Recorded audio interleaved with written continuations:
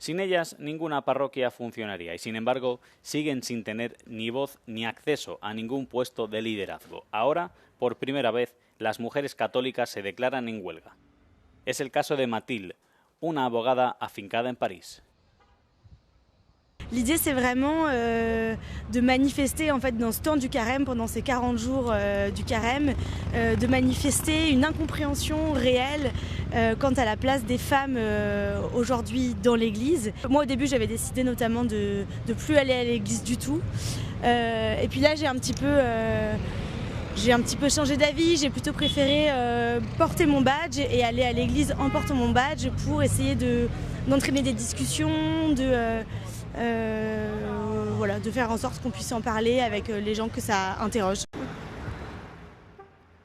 Hasta el 17 de abril, las mujeres católicas de Francia y otros países protestan para exigir la igualdad en la Iglesia. El movimiento está liderado en Francia por el Comité de la Falda, que ha constatado que las mujeres realizan el 80% del trabajo esencial en las parroquias. À côté de cette gouvernance strictement masculine, vous avez une réalité de terrain où les femmes, en fait, sont partout. Les églises sont remplies de femmes, que ce soit les paroissiennes, les bénévoles, dans les paroisses, dans les associations, dans le social, dans le care. Elles sont partout, mais elles ont ce plafond de verre qui font qu'elles ne peuvent pas accéder à certaines responsabilités. La huelga también pretende obligar a los obispos a escuchar. Hasta ahora el diálogo oficial ha sido escaso o nulo.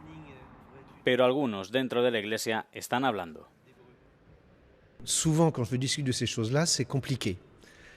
C'est compliqué parce qu'il n'y a pas l'habitude et qu'il y a la peur de perdre du pouvoir. Et c'est compliqué parce que les avis sont très partagés. Comme dans la société, les prêtres sont en général désireux qu'hommes et femmes puissent travailler ensemble. Après, il y a quelquefois la peur par rapport à ce qui ressemble à du pouvoir. El movimiento está ganando adeptos en todo el mundo, con huelgas en Estados Unidos, India, Polonia y España.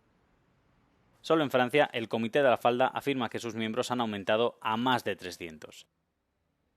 Esta vez, las mujeres católicas no solo piden que se les escuche, sino que exigen un cambio.